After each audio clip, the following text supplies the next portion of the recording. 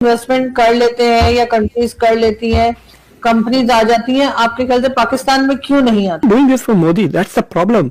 India में they think this is because it's Modi. No. यहाँ देखिए मुसलमानों को कितने गले लगाते हैं, लेकिन जो वहाँ पे भारत में मुसलमानों का हाल किया है बिल्कुल मुख्तलिफ हैं। वो मुसलमान है जिनके आप मेन्यू बंद कर रहे हो मुसलमानों के भारत के अंदर, जिनको 3 तलाक के थप्पड़ सुबह शाम मारते हो, जिनका नाम तुमने देशद्रोही, जिनका नाम तुमने रखा है घुसपैठिए से, तो इस पूरे खित्ते में इसराइल छा जाएगा। क्योंकि जैसे बताया गया कि यहाँ तो इसराइल, यूएई और इंडिया ये तो इकट्ठे होकर खेल रहे हैं। वज़ीर-ए-आज़म मोदी ने दौरा कर लिया यूनाइटेड अरब एमिरेट्स का, और ये इंटरेस्टिंग दौरा था इन द सेंस के इसमें अचीव काफी कुछ कर लिया मोदी साहब ने।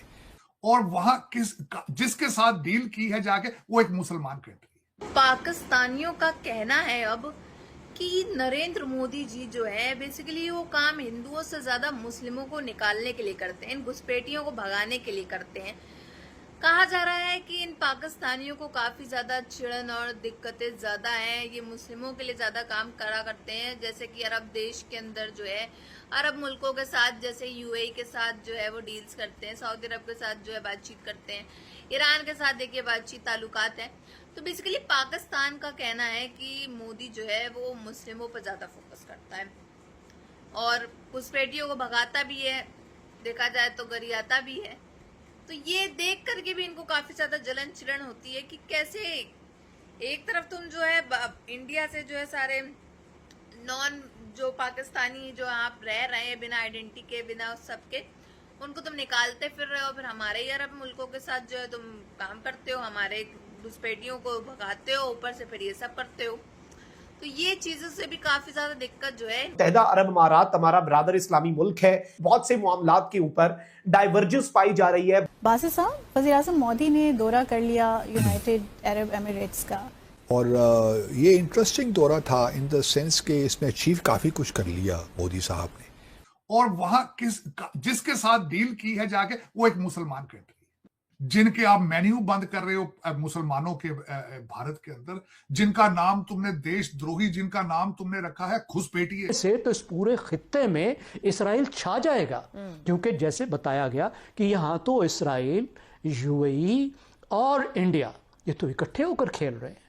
और इंडिया के साथ अब यूएई चूंकि वो डाइवर्सिफाई कर रहा है अपनी मुख्तलिफ चीजों को, लेकिन जो सबसे बड़ी चीज है नाज़रीन कराम, एलपीजी डिफेंस और इन्वेस्टमेंट पैक्ट्स तो हुए, इंडिया एंड यूएई ने एग्री किया है कि हम एक स्ट्रेटेजिक डिफेंस पार्टनरशिप का फ्रेमवर्क जो है उसके ऊपर एग्रीमेंट हो गया। वो मुसलमान है जिनके आप मेन्यू बंद कर रहे हो मुसलमानों के भारत के अंदर, जिनको 3 तलाक के थप्पड़ सुबह शाम मारते हो, जिनका नाम तुमने देशद्रोही, जिनका नाम तुमने रखा है घुसपैठिए कि घुस के बैठे हैं। ये जहां उनको जाके जफे मारे वो भी मुसलमान है, उनका इस्लाम ठीक है, इनका इस्लाम गलत है। चलो तो चीमा साहब दर हकीकत इसकी बुनियाद गलत है। आई लव इंडिया क्योंकि मेरे वहां बड़े दोस्त हैं और हम सदियां इकट्ठे रहे हैं। हमारी खुराक एक है, हमारा डीएनए एक है, हमारा लिबास एक है। यहाँ देखिए मुसलमानों को कितने गले लगाते हैं, लेकिन जो वहाँ पे भारत में मुसलमानों का हाल किया है बिल्कुल मुख्तलिफ हैं। यहाँ पे इंटरेस्ट है ना, यहाँ पे 4 मिलियन भारतीय बाशिंदे काम करते हैं, 20-25 बिलियन डॉलर की रेमिटेंसेज आती हैं, तो वो जरा थोड़ा सा इम्पोर्टेंट है। और वहाँ पे आसाम और देखिए ना, जो हमने पहले भी डिस्कस तो किया था, आसाम और जो वेस्ट बंगाल में इंतखाबात हुए, बीजेपी ने किसी मुसलमान को अपना टिकट नहीं दिया। तो ये मुसलमानों के बारे में बीजेपी के ख्यालात हैं।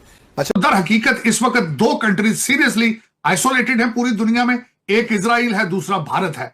4 ममालिक के दौरे पे तो निकले हैं, लेकिन लोग अब इस वक्त भारत के ऊपर भी ट्रस्ट नहीं करते। मोदी जो है वो 4 या 5 कंट्रीज के विजिट पर है। पीएम मोदी के उसमें कई जगह पर यूएई और कई दूसरी कंट्रीज में उनको जो है बिलियन ऑफ डॉलर्स की इन्वेस्टमेंट भी मिल रही है।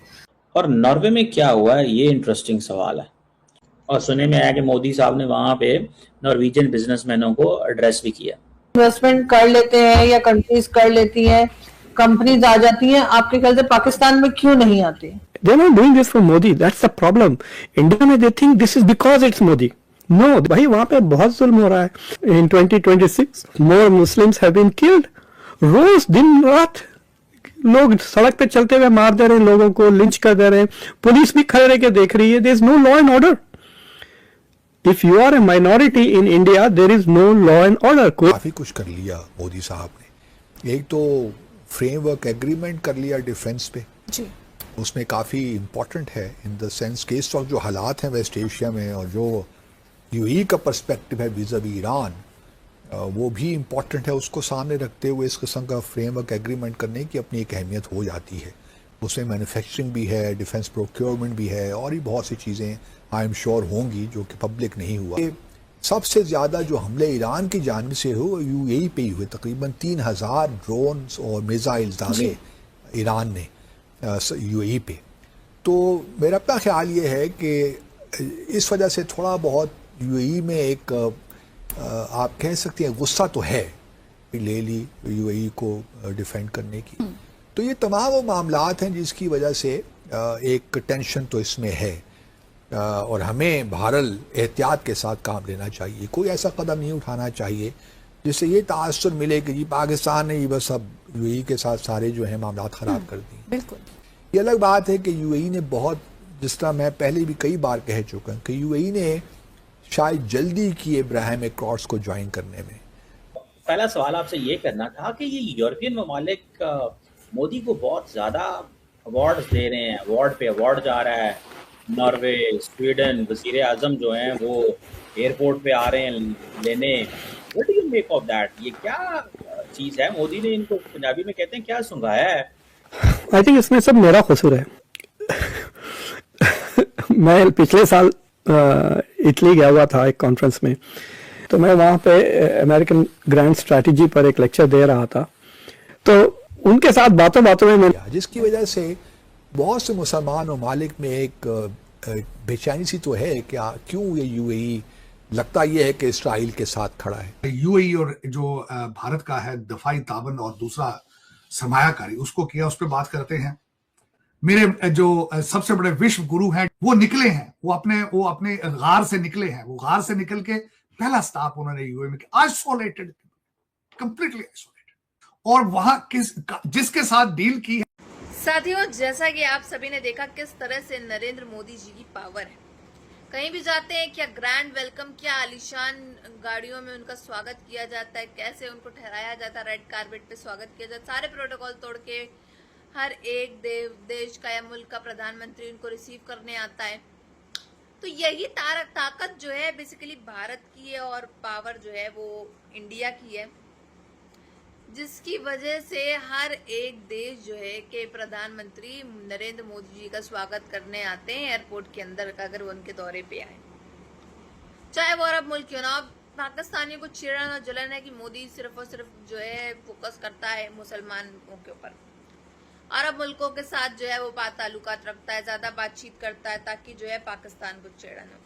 लेकिन यहाँ मुद्दा यहाँ पे यह बात, यहाँ पे दरअसल मेन पॉइंट ये है कि पाकिस्तान को मोदी जी या भारत जो है वो कुछ समझता ही नहीं है। समझना भी नहीं चाहिए, क्योंकि कहाँ भारत कहाँ पाकिस्तान, कितना ज्यादा अंतर है ये बात तो आपको बताने की जरूरत ही नहीं है। कहाँ वहाँ पेट्रोल कितने दाम पे है, यहाँ का पेट्रोल कितने दाम पे, कहाँ की इकोनॉमी वो, कहाँ की इकोनॉमी ये। सुपर पावर इकोनॉमी और डेथ इकोनॉमी में काफी ज्यादा अंतर है, ये तो आप सभी को मालूम ही है। लेकिन इनको अभी भी दिक्कत है कि इनके अरब मुल्क यानी कि इनके भाइयों के साथ जो है वो भारत ताल्लुकात में है, बातचीत अच्छी खासी है, ट्रेड्स होती हैं, बातचीत होती है, मुलाकातें होती हैं, मीटिंग्स होती है, और इनको नहीं बुलाया जाता है। कुछ ना कुछ तो जलन होगी, थोड़ी बहुत तो जलन तो होगी, चाहे अपना सगा भाई क्यों ना इनका। तो इसी वजह से जो है काफी ज्यादा बौखलाए हुए हैं और इनके अंदर जो है काफी ज्यादा जलन चिड़न जो है वो नजर आ रही है इस चीज को लेकर के। बहरहाल आप सबकी सब में क्या राय है कमेंट बॉक्स में जरूर बताइएगा। अगर आपको हमारी वीडियो अच्छी लगी हो तो like share and comment and subscribe please.